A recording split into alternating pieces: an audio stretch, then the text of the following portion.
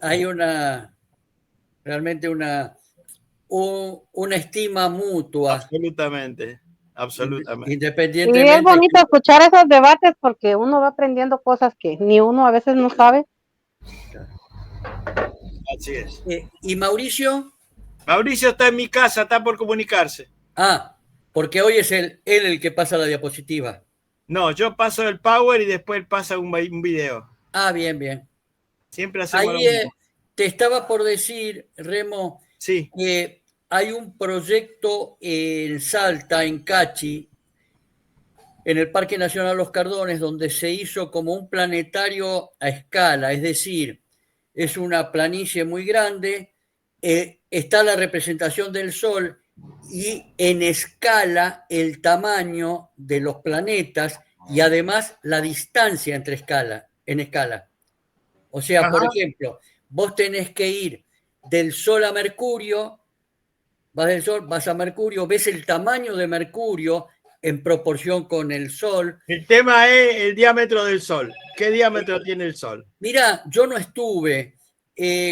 Quizás la comparación sea con la Tierra de los planetas, porque, por ejemplo, si no, frente al Sol, Mercurio sería una piedrita, no sé. Sí, sí. Nosotros eso acá lo intentamos hacer y lo tenemos, pero sobre el mapa de San Francisco. Claro, y después se camina por los senderos. Ah, entonces debe ser grande el Sol. Acá Claro, se intentó hacer. Vas a encontrar a Marte, de Marte te trasladas Si querés te cuento. a Si el Júpiter. Sol tiene 2 metros, la Tierra tiene aproximadamente 2 centímetros y está a 120, a 200 metros más o menos. Bueno, no, Júpiter, las distancias sí, obviamente hay que son. respetarlo. Ahí está Mauri y Sí, Jorge. muy bien. ¿Qué tal, Jorge? Hola, hola, buenas tardes a todos. Estamos. Pedro Antonio no contesta. Hola. Pedro Antonio Muñoz. Buenas tardes, profe. Pedro Antonio. Buenas tardes, Luis Felipe. ¿Qué tal, Hola, Jorge? ¿Cómo estás? Buenas tardes, profe. Buenas tardes, Vladimir Mendoza. Hola, Vladimir. No me habían comunicado porque estaba almorzando.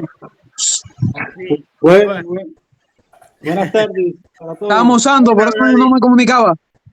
Muy bien, muy bien. Buenas tardes. Buenas tardes a todos. Pedro Antonio Muñoz Alonso se conectó primero y no contesta. Quiero saber dónde está. ¿Vos lo conocés, Jorge, a Pedro Antonio? No. Bueno, no sé. No, le pregunto de dónde es y no me contesta. Ruby Méndez está en Guatemala. ¿Y Luis Felipe? Sí. ¿Dónde está Luis Felipe? En Cuba, en Cuba. ¿Dónde estás? En Cuba. Sí, Cuba, pero ¿dónde? En Santo Espíritu. Ah, sí, ahora me acuerdo. Perfecto, gracias. Gracias, Luis Felipe. Ya me acuerdo. Te conectaste el No hay de martes. qué, no hay de qué. Te conectaste el martes. Sí, sí. Gracias. Sí, correcto. Ya, gracias. No hay de qué. Pero Pedro Antonio Muñoz Alonso Sí. es un licenciado en Matemática y Física de la Universidad Central Marta Abreu de las Villas. Ah, mirá vos. Lo acabo de buscar en Google y me aparece así. Mirá vos. Bueno, se ve que no puede hablar. No, quizás entró y ahora se fue y después volverá. Bueno, ahí está el Mauri. Jorge, estamos todos. Acá estamos.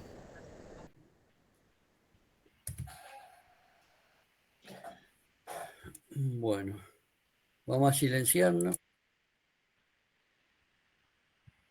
Holiday.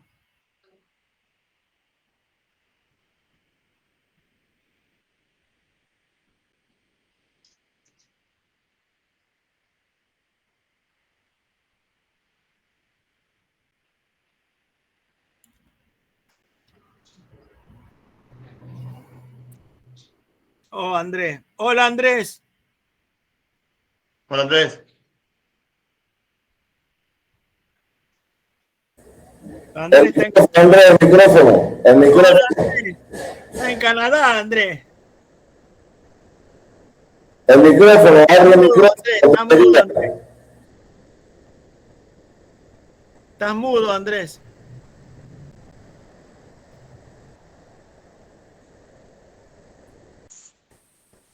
Hola. Ahora sí. Hola. ¿Qué tal, Andrés? ¿Todo bien? Muy bien, muy bien. ¿Ustedes? Y acá estamos bien, mientras nos veamos. Estamos todo bien. Perfecto. Ya te va a agarrar, si te quedas en Canadá, te va a agarrar el frío, Andrés. Sí, ¿En qué parte de Canadá estás, Andrés? en Mississauga. Ah, ¿Y eso? Toronto, en Toronto. Sí, sí. Ah. En Toronto. Bueno, muy bien. Creo que ahí en Toronto también está la gente del coleccionista, ¿no? No, Remo. están en Montreal. Ah, Bueno, Bueno, empezamos, Jorge. Sí, ya es tiempo, ya puede empezar. El Agustín. Mauri, está el Agustín. bueno, muy bien.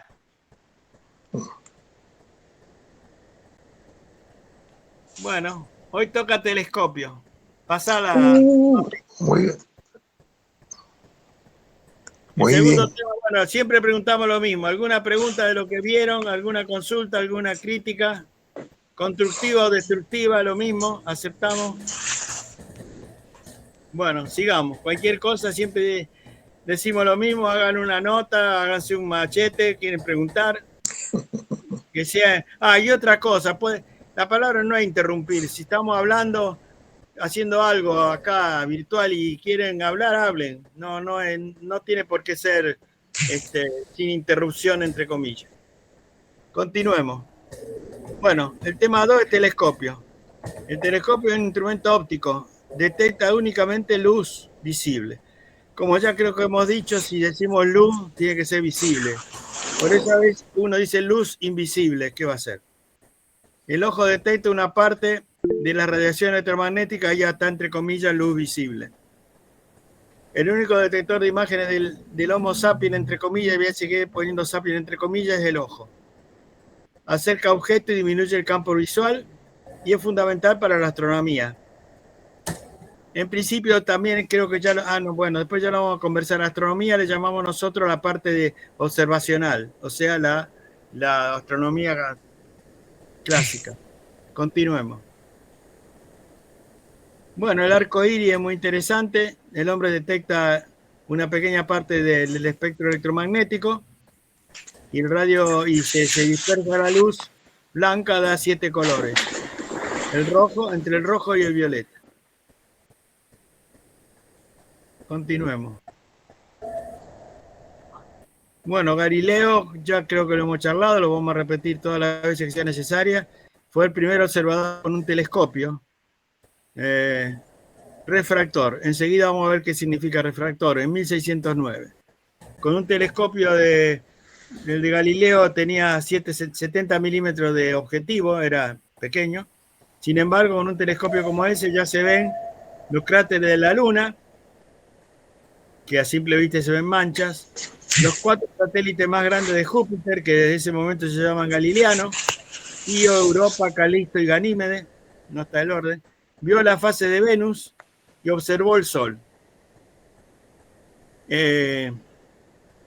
¿Cuál es la idea? Bueno, el Sol obviamente tenía problemas para mirar.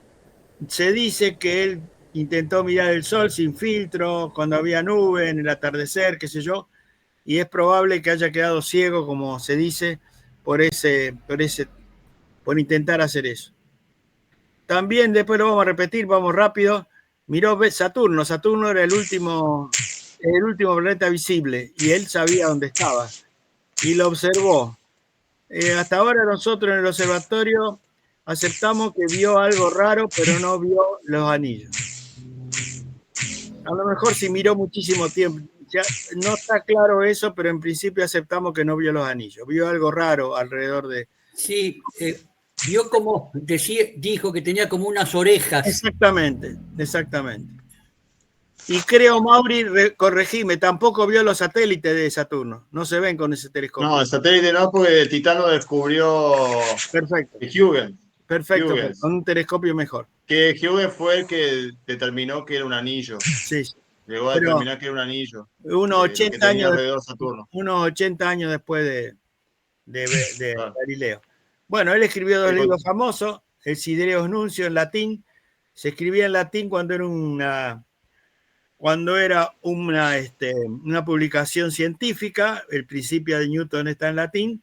Y escribió el Diálogo de una nueva ciencia, que sé yo el título, en italiano. Que cuando lo escribe en italiano la iglesia se enoja. ¿Por qué?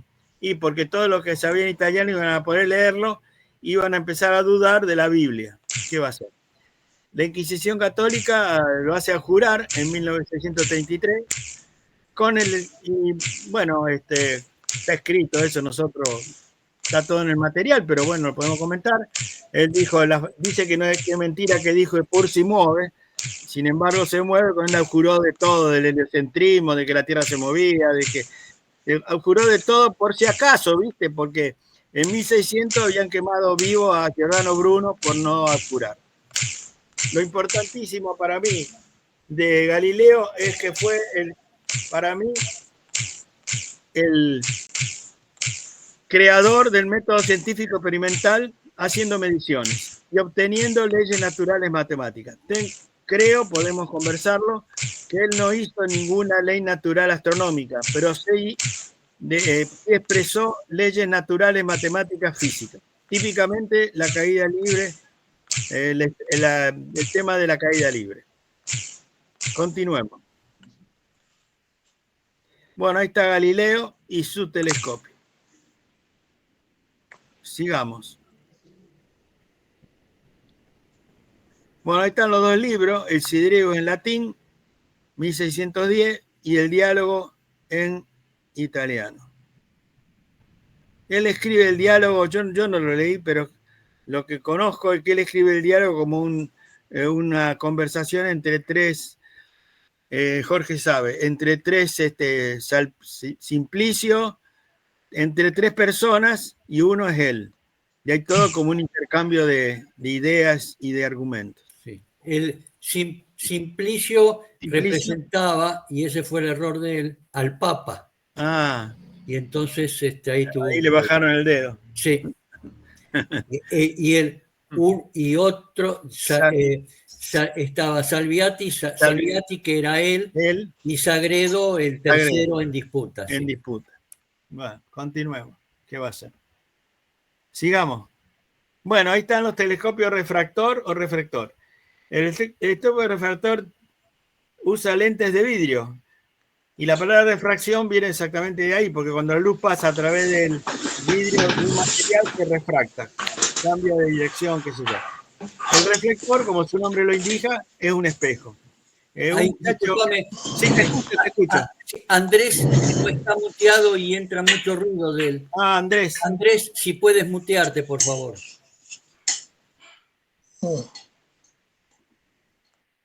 Gracias, Andrés. Bueno, el reflector, como su nombre indica, tiene un espejo. Un muchacho no muy inteligente llamado Isaac Newton se dio cuenta que era más fácil hacer, o menos difícil, perdón, hacer un espejo parabólico que hacer una lente de vidrio sin imperfección. Inventó el reflector, que usa espejos, no usa lentes, los simples, ¿no? Hay otros tipos de telescopios para luz invisible. La idea es que si digo telescopio ya estoy hablando de ópticos, ¿no? Pero bueno, esto está mencionado porque después vamos a ver otro tipo de detección para luz no visible. Bueno, el foco es el punto donde converge la luz de los dos, tanto sea el refractor, son parabólicos, así que en algún lugar converge. El ocular es una lente donde se mira, el observador mira, que es una lente variable. Corregime si digo algo mal, Mauri. Y el aumento... Sí, en realidad, bueno, eso hay que ver porque no es lente variable. En realidad lo que varía es lo que uno ajusta, la posición de ese ocular. con el que se llama enfocador. Pero uno entonces cambia el ajusta- ocular. Uno lo cambia el ocular. Sí, vos cambiás el ocular para obtener distintos aumentos, Claro. digamos, sería así. Perfecto. Y bueno, eso después hay que ver lo que pusiste ahí, Ben, de lente variable. No sé. No, quizás esté mal expresado. Lente variable significa que es una lente que se puede cambiar. Ah, que son varias lentes. Exactamente. Está bien. Está bien. Bueno. Creo que Listo. se puede arreglar. Si no se entiende que la lente es variable. La lente no es variable. Cada ocular es Hay fijo. vienen unos oculares que sí son variables, que Ajá. vos podés cambiar la focal, digamos, del ocular. Ajá. Que Bueno, se puede ajustar la focal del ocular. perfecto. Muy Pero bien. bueno, es un ocular específico. Perfecto. Quiere decir que uno, y el aumento es el foco del telescopio que es fijo sobre el foco del ocular que uno usa en el momento que mira. ¿No? Perfecto. Cuando uno aumenta el aumento, disminuye el campo visual. El campo visual significa la superficie que uno observa. ¿Está bien? Sigamos. Bueno, los refractores, como la luz pasa a través de un vidrio, hay una aberración o dispersión cromática. Hay como una especie de dispersión. Y obviamente un espejo no tiene dispersión. Hay varios tipos de telescopios reflectores. En el apunte están descritos. La idea cualitativa grosera es que es menos difícil hacer un espejo parabólico que una lente perfecta. La idea básica creo que es que a medida que aumenta el diámetro de la lente de vidrio, aumentan las dificultades de construcción. Continuemos. Ahí tienen un dibujo de un refractor común. Ahí tienen una lente biconvexa. Y la luz pasa y va al foco, y ahí después del foco el ocular también tiene un foco y hay que ponerlo, por supuesto, a enfocar, etcétera, etcétera. Ahí tienen el foco, muestra el foco del telescopio y el foco del ocular. Ese telescopio que está ahí es parecido a uno que tenemos nosotros en el observatorio. Y el de Galileo era así, básicamente. Continuemos. Ahí tienen se llama Newton porque tiene un solo camino. Ahí ven lo que viene de a la derecha, es reflejado en el espejo parabólico, tiene un foco y uno por el costado mira el ocular. Con el ocular mira lo que se está observando con el telescopio reflector. A esto se le llama Newton porque es un solo camino. Después van a ver que hay otro tipo de telescopio reflector. Continuemos. Si digo algo mal, avísame, Mauri. Sí, está todo bien. Perfecto, gracias. Igual Escucha. de Newton, porque creo que fue Newton el que lo diseñó. Claro, no, se llama Newton por eso. No, como dijiste, era de un solo camino y por eso es de Newton. No, porque si se llama telescopio reflector Newton, significa esta es la figura. Hay otros tipos de reflectores que no tienen un solo camino. Ahora va a haber uno que tenemos nosotros en el observatorio. Bien. Continuemos. La montura del soporte del telescopio. Hay dos tipos de monturas. Alta azimutal o azimutal, que como su nombre lo indica, apunta al cenit. La posición es por el azimut, que gira una vuelta a 0,60 grados, y la altura de 0 a 90. Eso es la posición de un soporte azimutal. Y el ecuatorial, que está paralelo al eje de rotación y apunta al PSC, es polo sur celeste. Nosotros porque estamos en el sur. Ahí la posición del objeto se hace por ascensión recta y declinación. Ahora vamos a ver el dibujo. Bueno, ahí están los dos. El azimutal, como ven, está inclinado. La ascensión recta y declinación. Y el ecuatorial, perdón, me equivoqué. El azimutal es azimut y altitud. Y el ecuatorial es declinación. Ahí lo tiene. Normalmente los telescopios portátiles son azimutales. No pueden no serlo, pero son azimutales. Sigamos. Bueno, nosotros estamos en el observatorio ya, hemos dado conversatorio con Mauricio, etcétera, etcétera. Allá de Cuba en junio hicimos uno. En el observatorio astronómico de la UTN Tiene el nombre de su creador, absolutamente él. Este año cumplimos 45 años de que se instaló en la UTN. Se instaló en noviembre de 1980, así que vamos a hacer algún circo. 45 años.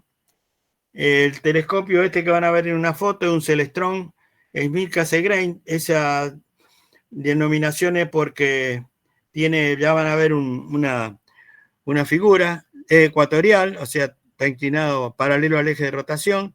Se llama catadióptrico. Mauricio te puede explicar mejor, pero básicamente tiene espejo y tiene lente y tiene seguimiento. Seguimiento es porque si ustedes con un telescopio común apuntan a la luna, en 5 o 10 minutos se va a la luna, porque se mueve todo, la luna, nosotros. Estos telescopios tienen seguimiento. Una vez que uno lo ubica el objeto, lo sigue. Tiene un motor de seguimiento. Y ese telescopio que tenemos nosotros en el observatorio tiene una computadora que una vez que se calibra, o sea, el telescopio sabe el lugar donde está y sabe el día que está, uno le pide un objeto. A mí me dicen que hay 40.000 objetos en la computadora, yo hasta ahora no lo creo. Uno apunta, marca Venus y va a Venus solo. Tenemos también 4 portátiles. El reflector de 200 milímetros, o sea, de 20 centímetros, que lo hizo Hugo en el año 1980 con seguimiento, porque tenemos un soporte con seguimiento. Y tenemos 3 refractores. Uno parecido al que estaba en la figura que mostramos, y tenemos uno que es una joya, un alemán, le llamamos el alemán Carl Zeiss, de 1915. El Hugo Madonna, en la década del 80, alguien le dijo que su abuelo, que debe haberle traído de la Primera Guerra, tenía algo que parecía un telescopio en su casa. Fue a ver y quedó enloquecido. Ese nosotros lo tenemos en el observatorio. Es un telescopio de una óptica, no sé si mejorable. Y averiguando acá los muchachos del observatorio, averiguando por sus datos que están en el telescopio, fue de 1915, de la Primera Guerra. Sigamos, creo que la última. Bueno, ahí está Hugo Madonna con el telescopio Celestron. Ese es el Celestron. Fíjense que ese telescopio tiene aproximadamente 30 centímetros de objetivo, ¿no es cierto, Mauricio? 29 y pico. Si ese telescopio fuera Newton, tendría que tener 3 metros para que fuera de un solo camino la reflexión. Ahora nosotros acá no lo pusimos. En el apunte está el camino de los rayos para mirarlo, para ver, o sea, donde sale el objeto observable. Fíjense que Madonna y nosotros también miramos por el fondo del telescopio, o sea, por la parte de atrás. Si es un Newton simple, hay que mirar por adelante. Fíjense, nosotros el jueves... Escuchá, sí, no es por adelante, es por un costado. Bueno, pero no es por adelante. Sí, es un costado. Es un costado. Es por un costado se mida. Pero no es por la parte de adelante. El nuestro es por la parte de atrás, el Smith Cassegrain y el Newton es por un costado cerca de la entrada de luz. De la entrada de la luz, correcto. Claro, pero por el costado, por el costado, no por el frente. Pero por la parte de atrás. No, arriba. O sea, cerca de la entrada, pero por el costado. Perfecto. Pero opuesto al objetivo. Opuesto al objetivo. Opuesto está a 90 grados el objetivo, Bembe, 90. Bueno, pero está bien, como comentario, nosotros en el jueves pasado vimos el telescopio de Herschel, con el que vio Urano, y fíjense que él estaba parado en la punta del telescopio para poder observar. Era un Newton largo. Bueno, nada más. Están bastante bien equipados ahí en instrumental, entonces. Estamos bien, sí. Sí. Estamos bien. Y por eso, Tito, acá Mauricio y Nicolás Roquia, que ya va a aparecer alguna vez, son astrofotógrafos, porque para hacer astrofotografía se necesita ese tipo de telescopio. Con seguimiento, bueno. ¿Han ido a Bosque Alegre a hacer alguna observación? No, hemos ido de visita a Bosque Alegre. Porque están relativamente cerca, digamos. Hemos ido a Bosque Alegre. Hicimos una excursión una vez con guía. Claro. hicimos observaciones, pero con telescopios chicos ahí, Ahí, no con el telescopio no, grande. no con el grande. Sí. ¿Y al Observatorio de San Juan no hicieron alguna visita? Quisimos No, ir, no pero está fuimos. muy ¿Eh? al Leoncito. Sí. Quisimos ir alguna vez. Y bueno, entre 3 o 4 pueden ir en coche. Qué sé yo, sí.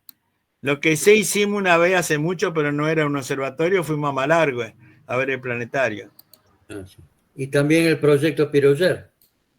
Y fuimos a ver la charla espectacular, la charla del Piruller. Y estuvimos un día en Malawi y la pasamos bien. Yo cuento una anécdota siempre, está escrita por ahí la anécdota. Nosotros estábamos los tres, fue Mauricio, el Hugo y yo, estábamos los tres. Y ahí con los rayos cósmicos, algo interesante que nosotros lo tenemos escrito. Nosotros los rayos cósmicos lo damos, creo que en el universo. Y entonces aparece la idea de que no hay ningún conocimiento científico que justifique una fuente de energía tal que llegue a la Tierra rayos cósmicos, que son prácticamente protones casi a la velocidad de la luz. No hay manera. Y son lo que han detectado hasta ahora que yo sepa, son lugares donde salen los rayos cósmicos, pero no se conoce nada. Y bueno, entonces se hace una analogía con el siglo XIX, cuando se supo que el Sol tenía millones de años, ¿y qué fuente de energía tenía el Sol? Imposible, ninguna fuente de energía del siglo XIX podía justificar la existencia del Sol. Así que hasta que no se descubrió la fusión nuclear, eso era un misterio absoluto. Bueno, cuando estábamos así, yo nunca me voy a olvidar, fuimos en el año 14 y había un señor delante nuestro y dijo, cuando se descubra la fuente de energía de los rayos cósmicos, van a fabricar la bomba cósmica. Excelente, excelente. Bueno, ¿puedo hacer un pequeño aporte Lo que quiera, lo que quiera. Galileo, al apuntar a la Luna, lo primero que hizo con el telescopio, fue el primero que vio que la Luna no es perfectamente circular, como pensaban los aristotélicos y todos los coetáneos de Galileo. A simple vista parece un círculo perfecto. Y vio los cráteres. A ojo desnudo no se ven las imperfecciones de la superficie lunar. El primero que lo observó fue Galileo. Entonces, los profesores aristotélicos que estaban ahí no le creyeron, bueno, observaron con el telescopio que efectivamente es irregular la superficie lunar y entonces quedaron muy preocupados. ¿Cuál fue su respuesta? La respuesta fue que sobre la superficie de la Luna había una especie de éter distinto que era así perfectamente circular y no se podía observar. O sea, siempre hay formas de refutar aquello que es evidente, Sí, siempre hay alguna forma de refutarlo. Sí, señor. Y esto es una cuestión epistemológica interesante dentro de la historia de la ciencia. Y la otra cuestión también es que Galileo se hace copernicano convencido una vez que pudo observar a los satélites de Júpiter, es decir, astros menores orbitando alrededor de uno mayor. Y bueno, y que además a Galileo, en su condena, lo que le había dicho el cardenal Bellarmino es que podía enseñar el heliocentrismo copernicano en tanto y en cuanto no fuese parte de la realidad, sino como un instrumento de cálculo para mejorar las predicciones astronómicas, pero nunca como elemento de la realidad de la naturaleza. Hasta ahí, ¿cómo influyó el dogma de la Iglesia frente al avance de la ciencia, ¿no? Bueno, pero Tito, estamos conviviendo contemporáneos que creen que la Tierra es plana. ¿Qué quiere que la hagamos? Sí. ¿Qué quiere que la hagamos? Bueno, eso. Muchas gracias por todo. Gracias a vos, Tito. Bueno, gracias. Bueno, ahí voy a compartir lo mío acá.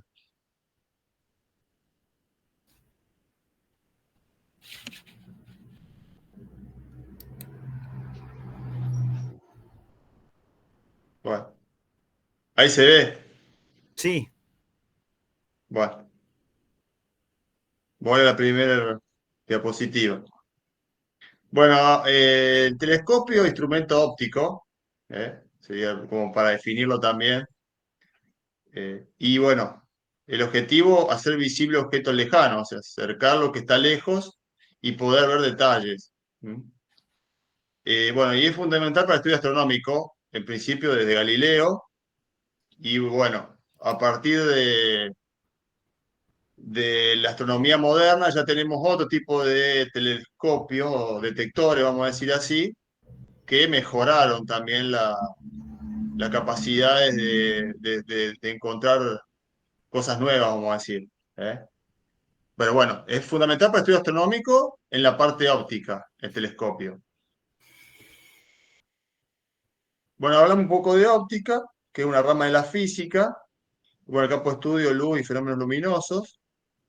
Y bueno, ahí aparecen vasos de vidrio, esto es un poco de historia del vidrio.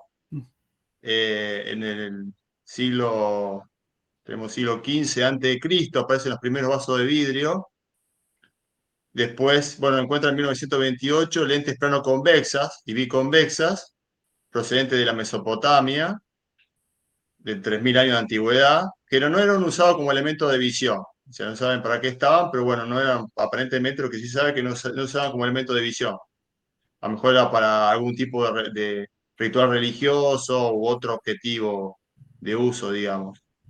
Después tenemos en el siglo V a.C., los griegos, romanos y chinos usaban las lentes para hacer cauterización en medicina, o sea, quemar heridas con la luz, como usando una lupa. Creo que muchos lo deben haber utilizado alguna vez, la lupa para calentar algo y, bueno, poder llegar a hacer también encender fuego, digamos, con la lupa, con un lente, que era eso lo que lo usaban, para eso lo usaban.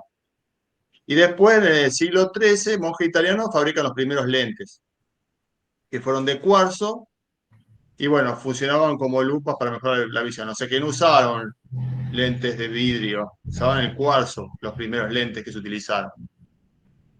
Bueno, acá una definición también del vidrio, o sea, que es un material duro, frágil y transparente, que bueno, se obtiene como fusión a unos 1500 grados centígrados de arena de sílice, carbonato de sodio, carbonato sódico y caliza. Y ahí se ve una lente, es lo que ven a la derecha, una lente de vidrio. A ver si te lo puedo mostrar, a ver.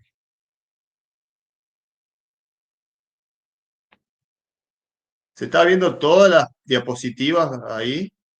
Sí, yo la veo bien. ¿Ahora qué se ve? ¿Se ve historia? Sí, se ve ¿Solo? historia, 1595, 1609, O sea, Galileo. todo mezclado, todo mezclado. A ver, pará, que esto Se, lo voy a tener que hacer distinto. se interpreta bien, no sé. Sí, no, pero se tiene que ver distinto. Espera, que esto te lo tengo que modificar de acá. Espérenme un poquito. Tengo que dejar de compartir y lo voy a volver a hacer a ver si lo puedo, porque no se ve bien el Power como tiene que verse. A ver si lo puedo compartir como corresponde. Mientras vos haces eso, yo voy a hacer un comentario. Un tema Un interesante. comentario, venme, así yo pruebo un poco Sí, para que se vea bien. No, un comentario interesante es cómo hicieron para descubrir o fabricar vidrio, y el cuarzo me llama la atención. El cuarzo es dióxido de silicio y funde a temperaturas muy altas. Así que realmente es extraño. Alguna vez lo quise hacer y después abandoné. A ver si hay alguna información del tema, cómo pudieron. Obviamente todo artesanía, ¿no? Era todo típico, era transmisión de conocimiento en forma artesanal, porque no había manera. Así que es bastante extraño y realmente increíble que hayan podido fabricar vidrio en aquella época. Estamos hablando de 2 o 3 mil años.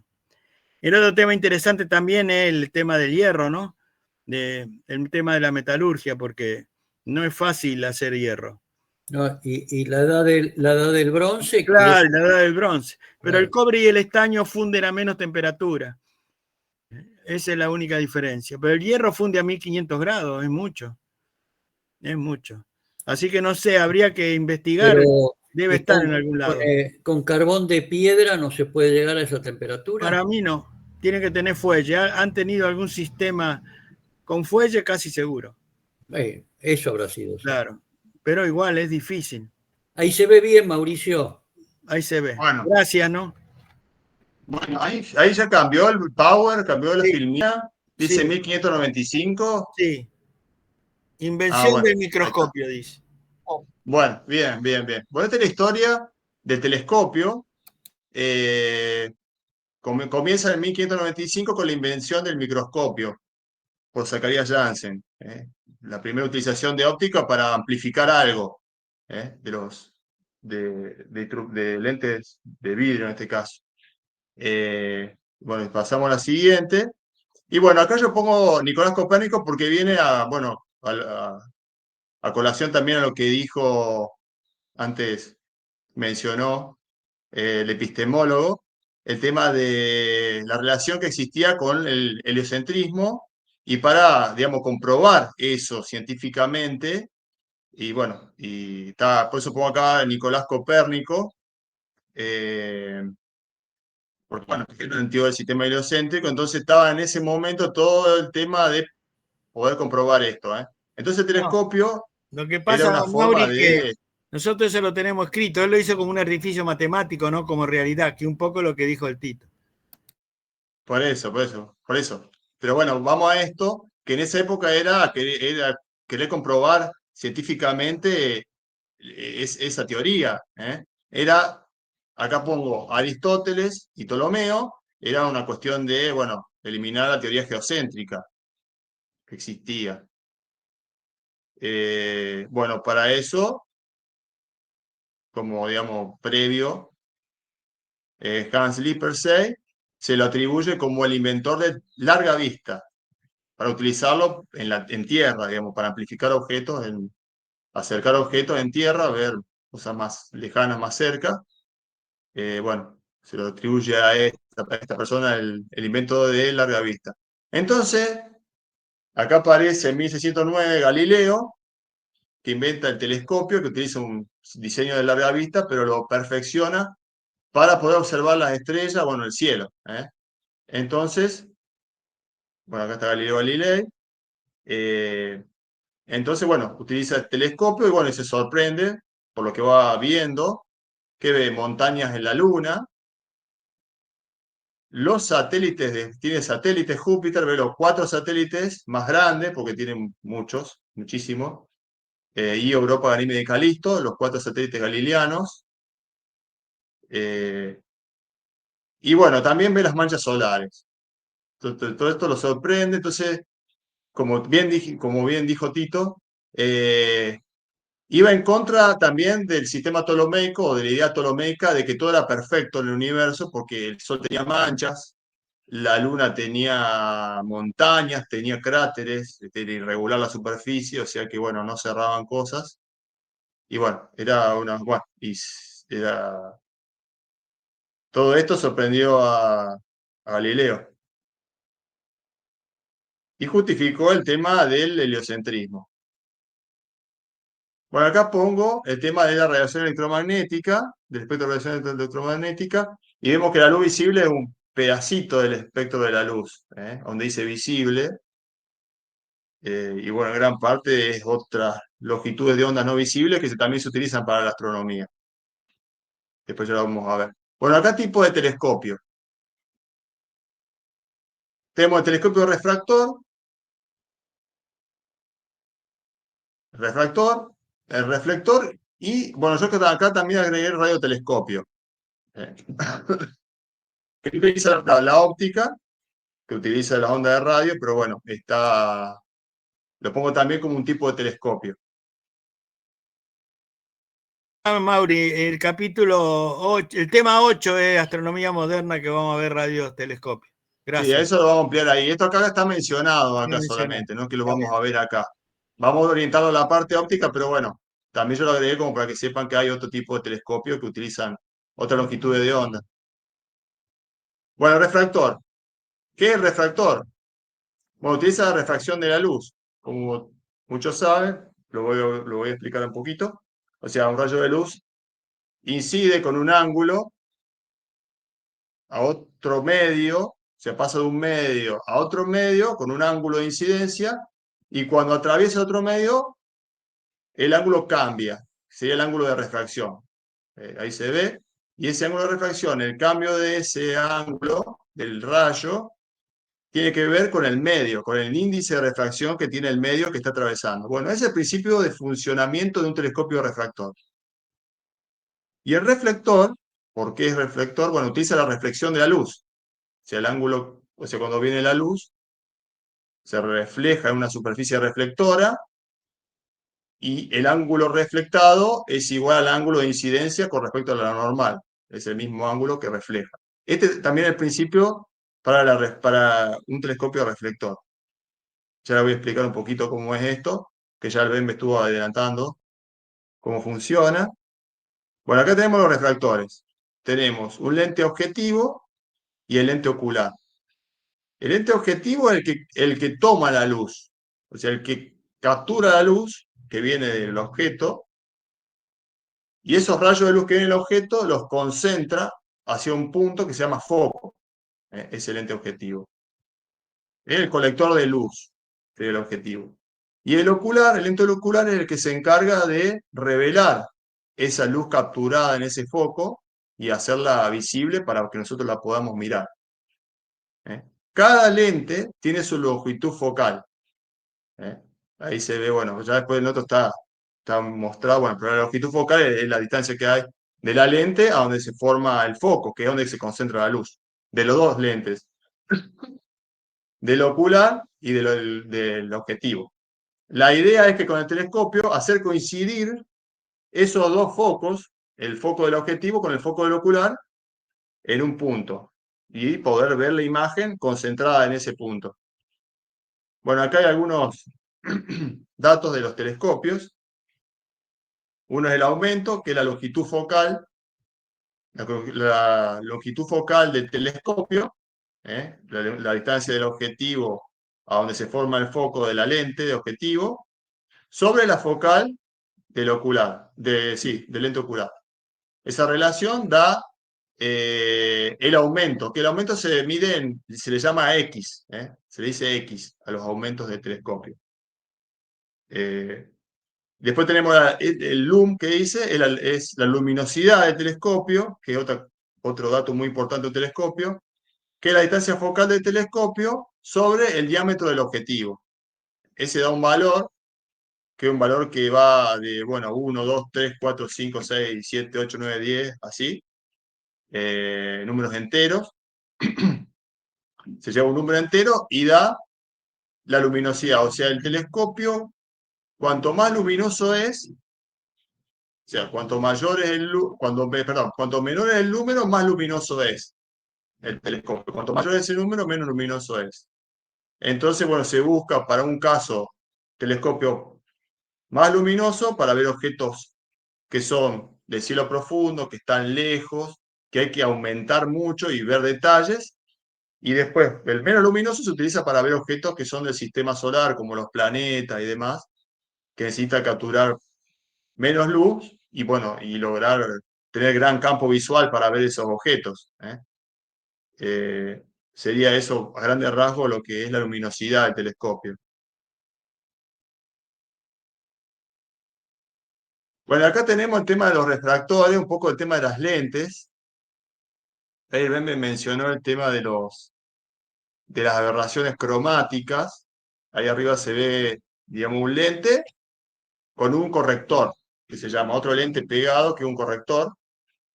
Y ese corrector lo que hace es cambiar el ángulo de los distintos rayos de colores, vamos a hablar así un poco más fácil, porque la luz cuando ingresa al lente se produce también la difracción de la luz, entonces los colores también cambian de ángulo en función de su frecuencia y en el medio que atraviesa, entonces todos esos colores tienen distintos ángulos, y si yo eso lo concentro en el foco, voy a ver una imagen con una aura alrededor, vamos a decir así, si un círculo, le voy a ver todo el arco iris alrededor del círculo. Sería esa la aberración cromática que se llama. Y con ese lente que se pone adelante, lo que hace es corregir eso, es como que cambiar el ángulo a eso, como cambiar el ángulo de los colores, y hacer que se concentren todos esos colores en un punto y se forme una imagen blanca, con todos esos colores, o del color que realmente sea. ¿Cómo se llama? Objetivo de Foucault, Fraunhofer, perdón, Fraunhofer. Ese es el tipo de objetivo con esa lente. Una lente biconvergente sería esa.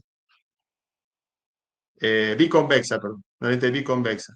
Y acá tenemos abajo distintos tipos de configuraciones ópticas de objetivos que se utilizan en telescopios y para fotografía, bueno, todo esto en tema de telescopios refractores. Ahí ven, una combinación de lentes y correctores para distintos objetivos de observación, astrofotografía, bueno. Bueno, el tema de los telescopios reflectores. El reflector o el Newton, como mencionó Bembe, ahí utiliza un espejo parabólico para concentrar la luz. Entonces, en el foco de ese espejo parabólico se pone un espejo que se llama espejo diagonal. Y ese espejo diagonal hace que la luz se refleje ahí y vaya al ocular. El ocular está puesto a un costado del telescopio y cerca de la entrada de la luz. O sea que el espejo objetivo funciona como el lente objetivo, es el que colecta la luz. Recolecta la luz de los objetos que vienen y bueno, y las concentra en el foco y el ocular hace que se vea esa imagen que está concentrada en el foco. En ese sentido, igual que el refractor, digamos. Y bueno, es lo mismo, se calcula igual el aumento, se calcula igual con la focal del telescopio y la focal del ocular, la relación entre los dos da el aumento y la luminosidad lo mismo, exactamente lo mismo para hacer esos cálculos del aumento y de la luminosidad, en el caso de los reflectores. Y acá hay otro tipo de reflectores. Tenemos el tipo Cassegrain. Este cambia porque tiene un espejo parabólico y después tiene un espejo secundario hiperbólico. Y lo que hace que la luz vaya hacia el centro en este caso. O sea, pongamos el ocular en lo que es la parte de atrás del telescopio. Y después, acá hay otro que es el de Herschel, que tiene un espejo objetivo parabólico, pero está hecho cortado a la mitad. Y lo que hace eso es que la luz vaya hacia un costado. Acá en este caso no utiliza espejo diagonal. Este es medio, bueno, es raro, esta construcción no se utiliza normalmente, pero bueno, está también como una curiosidad. Bueno, y acá están los telescopios reflectores. Nunca vi un Sí. telescopio. No, que nunca vi un telescopio ese como el último que pusiste. Sí, es raro ese, pero existe. Pero bueno, son diseños que por ahí no se utilizan muy comúnmente, pero es una curiosidad para que vean cómo también se puede Que hay distintos tipos. hacer un telescopio. Cada tipo, en este caso no utiliza un espejo diagonal, es una mitad parábola, un medio espejo parabólico. Y acá tenemos el telescopio reflector, el catadióptrico, que utiliza en este caso, que Meme lo mencionó, que utiliza lentes, un lente de corrección, que está en la entrada, digamos, de la luz, y después utiliza dos espejos, un espejo primario y un espejo secundario. Acá combina un telescopio, pues se llama Smith-Cassegrain el sistema de telescopio. Así combina el Cassegrain, lo que vimos antes, que la luz sale por la parte de atrás, que tiene un espejo secundario al medio, y el tema también del espejo Smith, porque ese espejo, el lente Smith es la que va al frente. Entonces combina, por eso es Smith-Cassegrain. Y también es un catadióptrico porque mezcla espejo y lentes. Bueno, acá se ve la que vos me dijiste de que está en el apunte también. Sería el camino de los rayos de luz. Pero cómo va por el telescopio. Este es el que tenemos nosotros, ¿no? Nosotros. Este es el que tenemos nosotros, el más grande que tenemos, el Celestrón, de El de 11 la pulgadas, de 279 El de la milímetros foto, el de la de foto. objetivo. Tiene 2800 milímetros de focal. Esta es la foto este es el esquema de ese telescopio, Del que está en la UTN. del que tenemos nosotros en la UTN. Bueno, yo le explico un poquito para que vean cómo es. Ahí se ve el camino de los rayos, se ve como marca la flecha que ingresa por la que es el lente este de corrector, que está en la punta, en la entrada de la luz del telescopio, y después se refleja en el espejo primario, que es un espejo esférico, y después va a un espejo hiperbólico, que es el que está en el secundario, que ahí se refleja también, y va hacia el centro la luz, que el ocular se pone en la parte de atrás del telescopio. Y después un sistema de enfoque, que en este caso el enfoque se hace moviendo el espejo primario, el enfoque de este telescopio. Ese es un detalle que también diferencia a los otros telescopios, que el Newton, por ejemplo, el Newton, lo que se mueve es el ocular para enfocar la imagen, para hacer coincidir el foco, se utiliza mover el ocular. En cambio, en este caso, en este tipo de telescopio, se mueve el espejo primario para hacer el enfoque. Bueno, acá está de nuevo el tema, acá está de nuevo repetido el tema del aumento, que es muy importante saberlo esto para determinar cuánto aumento estoy dándole al telescopio en función del ocular que yo le pongo. Entonces, cuando yo le cambio el ocular, voy cambiando el aumento del telescopio.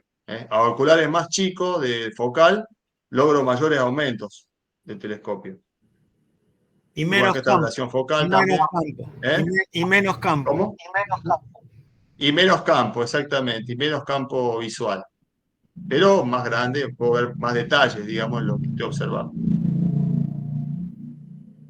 Y después acá están las monturas. Ah, perdón, fabricación, reflectores, sí, reflectores y las monturas. Acá tenemos el tema de las monturas. Bueno, ahí BEM ya esto estuvimos viendo con el BEM, esto es lo mismo, tenemos monturas submutables, monturas ecuatoriales.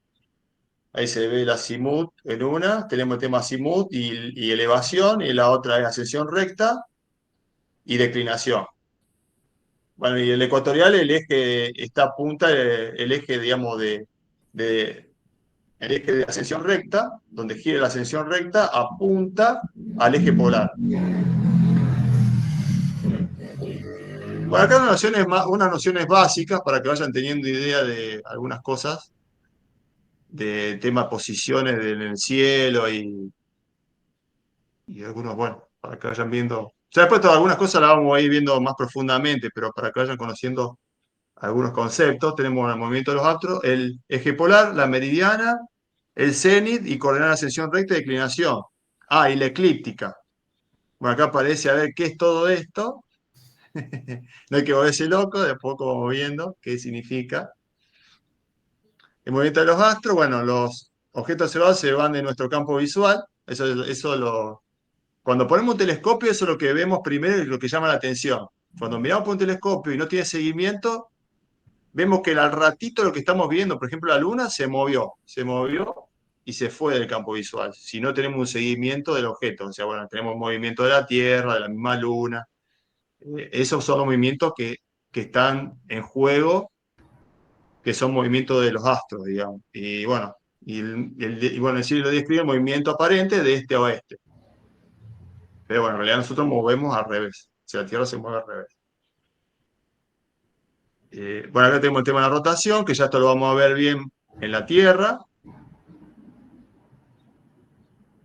Bueno, tenemos estrellas circumpolares.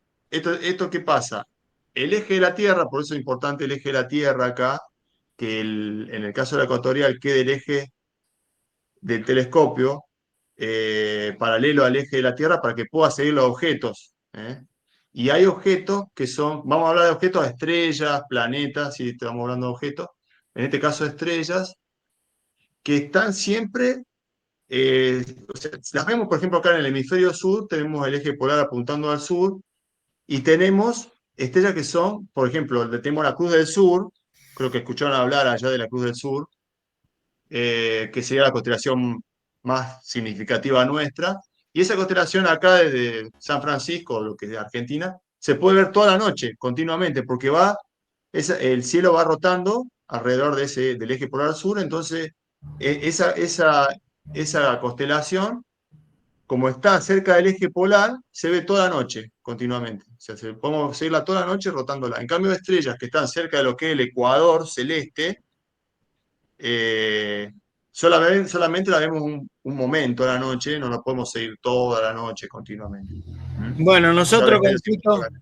con Tito estuvimos en La Habana el año pasado y mirábamos siempre la estrella polar. Claro, allá tienen estrella polar, que esa, bueno, ahí debería ser un telescopio de ese tipo, de ecuatorial, montura ecuatorial, tienen que apuntarla a esa estrella. Así que bueno, Pero, como para que tengan una idea de esto. discúlpame, ¿no serían todas circumpolares? O sea, desde nuestra posición en la Tierra, veríamos todas las estrellas están alrededor del polo sur geográfico Digamos, si o del estaríamos polo en la norte geográfico. Antártida, si estaríamos en la Antártida, Sí, vamos a decir en el caso del sur, si estaríamos en la Antártida, veríamos todas las estrellas circumpolares, claro. porque en toda la noche vemos todas las estrellas que dan toda la vuelta. Lo mismo que si El estamos eje lo tenemos arriba, al en norte el de cenit. Canadá, por decir. Y al norte, en el caso, va a tener el eje polar arriba al norte, entonces si está en el Ártico, en el polo norte, ahí sí van a ser todas las estrellas circumpolares, Claro. porque las ves toda la noche. Eso habla de que llegan a ver las estrellas toda la noche en ese lugar. Y hay otras estrellas que no, que ya tenés el horizonte, que te las tapa, digamos. Claro, que se pierden, claro. Se te pierde en el horizonte, exactamente. Sí. Esa es la idea.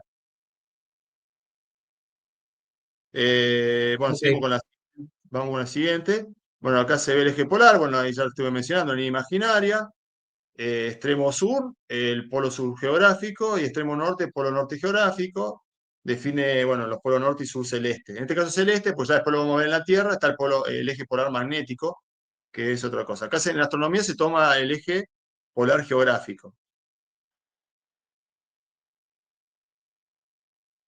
Bueno, ahí se ve. Bueno, aquí están las líneas. Hablando de líneas, se hablaba de la meridiana, que también es importante conocer en astronomía lo que es la meridiana del lugar. El cenit es el punto que está sobre nuestras cabezas, en el lugar donde estemos. Miramos hacia arriba, el punto hacia arriba en nuestras cabezas se llama cenit.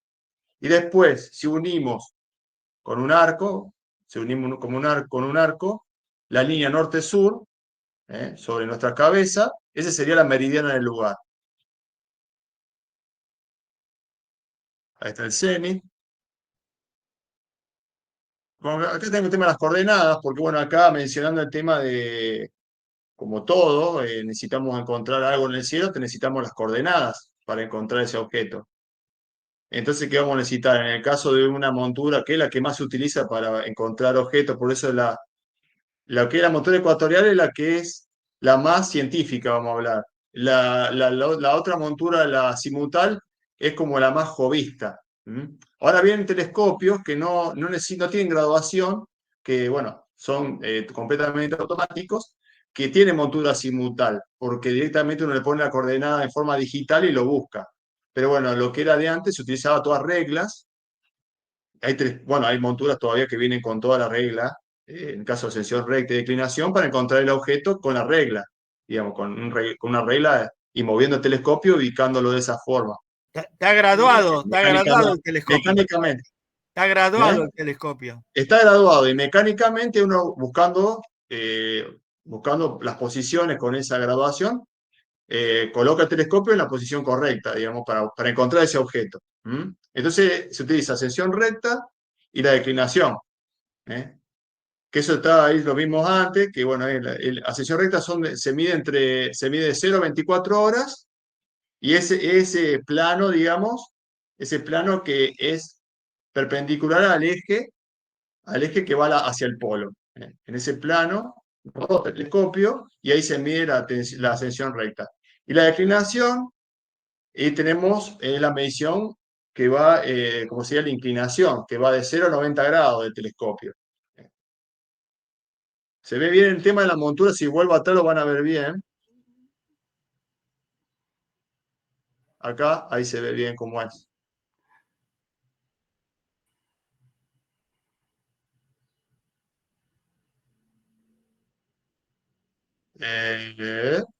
Bueno, después acá información general de los telescopios y más que toca de los observatorios. porque, bueno, acá observatorio tenemos, como ya mencionaron antes, tenemos el observatorio de Bosque Alegre, acá cerca de San Francisco, cerca de Córdoba. De Córdoba. Pero ¿qué pasa? Este observatorio fue hecho en el 1900, o sea, a principios del 1900, en ese tiempo no había muchas ciudades cerca del lugar, no había mucha contaminación lumínica ahí. Y bueno, tenía un cielo muy bueno porque no tenía polución lumínica. Y bueno, ahora se fue llenando de luces cerca, con bueno, ciudades como Altagracia, bueno, mismo Carlos Paz, que está ahí cerca, que es un lugar turístico, creció un montón y hay mucha luz todo alrededor. Hacia arriba hay un cielo muy lindo, hacia arriba del observatorio, pero lo que es cerca, bajando al horizonte, ya está muy contaminado lumínicamente. Y bueno, también hay mucha contaminación de Córdoba, el tema smog, todo eso también va, digamos así, molestando al tema, lo que es investigación de un telescopio, como si fuera para, bueno, de un observatorio para utilizarlo para científico, para algo científico, digamos. Por eso ahí en Bosque Alegre se utiliza algunas cosas científicas, pero no le dan mucho uso, digamos, para... Sé que lo están utilizando hace poco para buscar asteroides, por ejemplo. Para hacer seguimiento a asteroides y encontrar asteroides lo estaban utilizando. Pero no creo que para algo más que necesiten tener un cielo, Más porque necesitan un científico, cielo más científico. bárbaro, y no tienen buen cielo ya ahí. No tienen. Así Igual que, que bueno, nosotros, igual que nosotros. igual acá en San Francisco, con nosotros acá en el observatorio hace 20 años atrás teníamos un cielo que estaba bastante bueno, pero ahora en los últimos años cada vez empezamos a tener más luces y cada vez vemos menos objetos, cosas que queremos ver, vemos menos porque tenemos mucha contaminación lumínica. Mucha. Y bueno, tenemos acá el telescopio, el otro observatorio que hay, el de Bosque, el de Leoncito, que está en San Juan, que es el CASLEO, que bueno, ese todavía está para, o sea, le hacen estudios científicos, o sea, se utiliza para hacer ciencia, que ese sería el telescopio, el observatorio de punta acá en la Argentina. Y después si no hay que irse a Chile. En Chile están los telescopios más grandes del mundo y los más modernos. Ahora están haciendo uno, yo eso lo vamos a ver en astronomía moderna, porque ahí vamos a hablar de los telescopios más moderno, pero bueno, están haciendo uno ahora para el 2028 que tiene más o menos 40 metros de diámetro, para que tengan una idea del telescopio que van a poner ahí en Chile. Así que bueno. Y bueno, entonces son todas esas condiciones que ahí yo pongo, que pongo acá en el Power, de los lugares de instalación, que tiene que tener pocas turbulencias, el aire tiene que ser lo más estable posible, sin polución lumínica, el clima seco, por eso se elige lugares secos, como lo que es Chile, porque están en Atacama, todos estos telescopios, lugares muy secos, y tiene que haber corrientes de aire ascendentes. O sea, tienen que ser lugares elevados, se utilizan lugares que están arriba de las montañas, bien alto, para, bueno, tener un clima lo más estable posible y sin nubes, sin nubes, porque eso es fundamental para tener la mayor cantidad de noches despejadas en el año. Eso es lo que se busca de un lugar para instalar un telescopio. Y bueno, acá ponemos algunos telescopios más grandes, el Monte Wilson, Estados Unidos, Observatorio de Yerkes, son los más antiguos también, el Monte Wilson, son telescopios antiguos, pero bueno, Viejísimo. Canarias actualmente es el telescopio más grande que hay, ya lo va a superar el de Chile, cuando esté el extremadamente largo, que está en Chile, que lo están haciendo, y bueno, de Canarias es un telescopio grande, pero tiene alrededor de 10 metros o una cosa así de diámetro, después lo vamos a ver bien a este telescopio. Y está en Roque Los Muchachos, está arriba de una montaña, ahí en Canarias. Bueno, ahí se dan algunas imágenes de los telescopios del Monte Wilson, Observatorio Yerkes, son telescopios antiguos y eran los más grandes en su época. Bueno, por ejemplo, este es el más grande actualmente, el que está en Canarias. Ahí está Bomadona, lo mismo que ya mostramos antes. Visiten el observatorio, hagan un tour a San Francisco. Voy a ir, Vení, Tito, yo te invito. Voy a ir, sí. Vengan a San Francisco, no USA, sino San Francisco, Argentina. Una pregunta, Mauricio, que no sé si faltó, pero la definición de meridiana de esto, pero la de eclíptica, ¿no? Ah, estaba eclíptica, tenés razón. Estaba eclíptica, pero no la mencioné. Bueno, la eclíptica, que seguramente la vamos a ver, porque esto lo menciono ahora, pero lo vamos a ver más adelante en la Tierra, y el sistema solar también lo vamos a mencionar, es la línea que está una línea imaginaria en el cielo, donde pasa el Sol, la Luna y los planetas, donde se producen los eclipses. Por eso se llama eclíptica, porque es la línea en el cielo imaginaria donde se producen los eclipses. Coincide con el plano donde están todos los planetas. Aproximadamente están todos los planetas en ese plano. Sí. Bueno, entonces es como una línea una línea imaginaria que atraviesa el cielo y se le llama eclíptica. Es la línea donde pasa el Sol. El plano donde gira la Tierra, Tito. Exacto, El plano donde de gira la Tierra alrededor del Sol. Claro, sí. es la línea que bueno, Es un plano. el plano ese. Es un El plano plano de giro. La mayoría de los planetas, los vamos a ver, giran en ese plano, no exactamente. Claro, no exactamente, algunos están un poquito cambiados el plano, pero muy poquito. Muy poco. Muy poquito. Estás mudo, Tito. Sí, gracias. No, por favor. La trayectoria de los planetas, las elipses, serían aproximadamente coplanares. Sí, O sea, sí, es cierto. Exacto. Ahora, Exacto, la eclíptica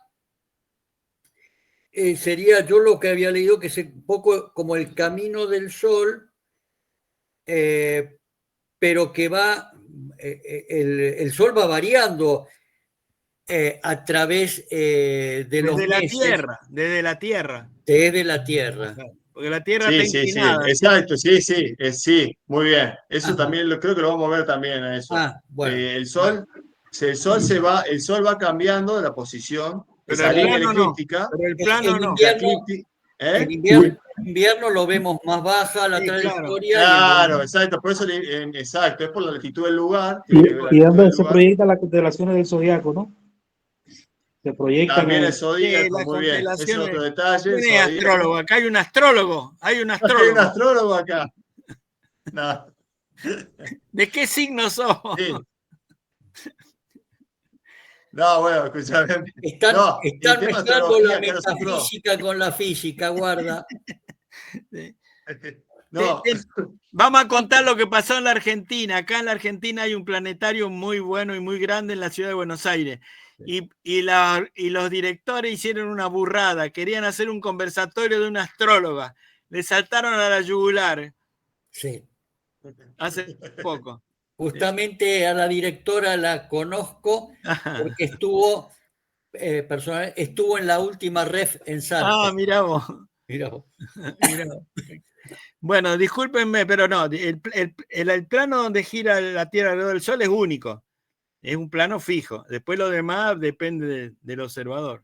Por eso pasa lo que pasa. Por eso depende también de la posición de la Tierra, porque esa línea nos va cambiando en forma aparente a nosotros. La posición, eso es lo que queda claro. Porque esa línea a nosotros aparentemente nos va cambiando la posición en el transcurso del año. Seguramente la explicarán mejor en algunos próximos. Sí, en la Tierra. Sí, después se ve bien más adelante, pero se nota en el invierno, eso todo el mundo acá, por ejemplo, que estamos cerca del sur, del Polo Sur, vemos que el Sol en el invierno está muy bajo en el horizonte, o sea, baja en el horizonte, no llega muy alto en el cielo. Se ve. Y después también el verano lo tenemos bien arriba. El verano lo tenemos bien arriba el Sol. La libración, o sea... Está cerca del Ecuador. Nos enteramos de hace muy poco que tiene más o menos 14 movimientos la Tierra. Es un trompo la Tierra. Según lo tiene mucho movimiento la Tierra. Un astrónomo también me dijo que el sistema solar, donde los planetas giran aproximadamente en órbitas coplanares, también tiene el sistema solar un movimiento vibratorio. Vaya uno a saber. Eso sí que no lo sabemos. Que eso no lo sabía, me enteré, pero en fin, hay que ver. Sí, pero se está moviendo todo. Claro. Se está moviendo todo. Habría que ver los sistemas de referencia, ¿no? Sí, por supuesto. Claro, hay que ver con cada planeta, con cada objeto, qué influye también el planeta, su movimiento. Los físicos. Aparte del movimiento propio. Los físicos saben nosotros también que existe una palabra que no define nada que se llama reposo. La palabra reposo no existe, hay que decir con respecto a qué. Claro. No Bueno, existe, que yo sepa, ningún sistema en reposo. No, desde ya el universo está en expansión, así que desde ya. Ni que hablar. Muchas gracias. Jorge, gracias a ustedes. Jorge, ¿todo bien? Sí, todo bien. Bueno, decir para los que no estuvieron presentes en el curso de química que en las próximas 2 semanas no va a haber curso ni de química ni de astronomía. La semana próxima, porque es como un congreso que se va a sacar internacional en nuestra universidad, y la otra más arriba, porque Edgardo estará acá en Santa Clara haciendo un grupo de actividades junto con nosotros. Tanto Vicente, que está aquí, como Edgardo vendrán a la convención internacional, y la próxima semana y la otra no vamos a tener curso. Ya después avisaremos cuándo vamos a comenzar nuevamente. Entonces, nada, un saludo fuerte a todos. Cuídense mucho, nos estamos viendo. Nos estamos viendo. Cuídense. Gracias a todos. Un abrazo. Muchísimas gracias. Nos vemos. Gracias. Nos vemos dentro de 2 o 3 días. Así mismo, cuídense. Gracias igualmente. Un abrazo para todos. Claro. Gracias, Jason. Gracias.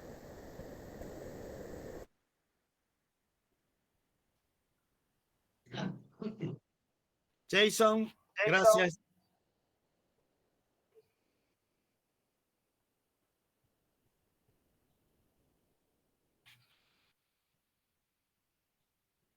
Francisco Pedroso.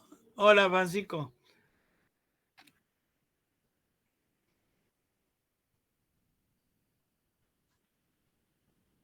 Buenas tardes, ¿cómo anda Edgardo, Mauricio? Bueno, a todos, ¿cómo anda usted? Un placer verlo. Vas a estar en Santa Clara, nos vamos a ver.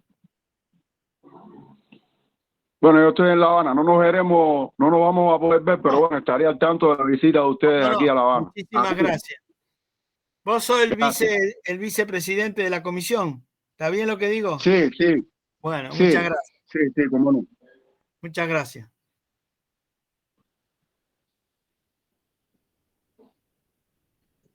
Bueno, ya está. Gracias. Nos vamos.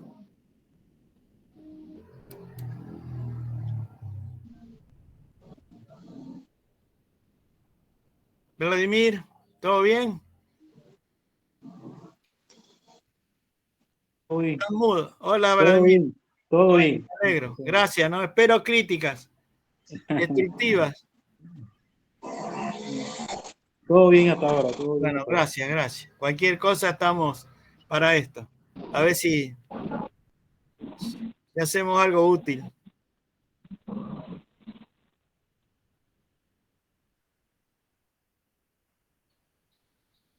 Y Pedro Antonio Muñoz, ¿dónde estás? ¿Me escuchás, Pedro Antonio Muñoz? Hola, nenito. ¿Qué tal, nenito? Estás mudo, nenito. Estás mudo, nenito. Ahora sí me oye. Ahora te oigo, nenito. ¿Todo bien? Sí, muy mala conexión aquí. Bueno, se hace lo que se puede. Sí, claro, me pude conectar ahora. Estuve 2 veces conectado, pero... Sí, ya te vi. Oí varias intervenciones muy oportunas. Bueno, me alegro. Esperemos que siempre la idea es la misma. Así es. Estamos intentando.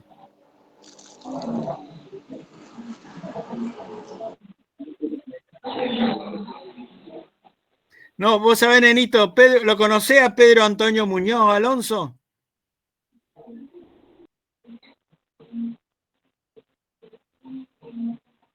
Estás mudo, nenito.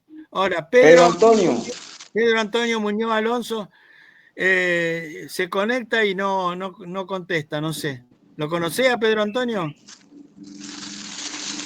Tengo que asociarlo a algún espacio para recordar. Bueno, está bien. Por algún motivo no.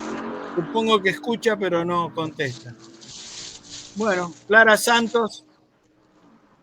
¿Dónde estás, Clara Santos? Carlos Edgardo Rodríguez Benítez. Bueno, hay muchos acá, algunos. Bueno, seguimos en contacto, los esperamos. Entonces por 2 semanas va a haber vacaciones, así que el otro... Nos vemos en Cuba. Nos vemos el martes, creo que ya en noviembre, debe ser el 2 de noviembre, creo. En noviembre empezaríamos de vuelta, ya vamos a informar. Pero el martes, el primer martes de noviembre habría química y el segundo habría astronomía. Hasta pronto y buen viaje para Cuba. Gracias, muchísimas gracias. Esperemos disfrutar como siempre. ¿Qué va a ser? Un gusto, ¿no? Hasta luego.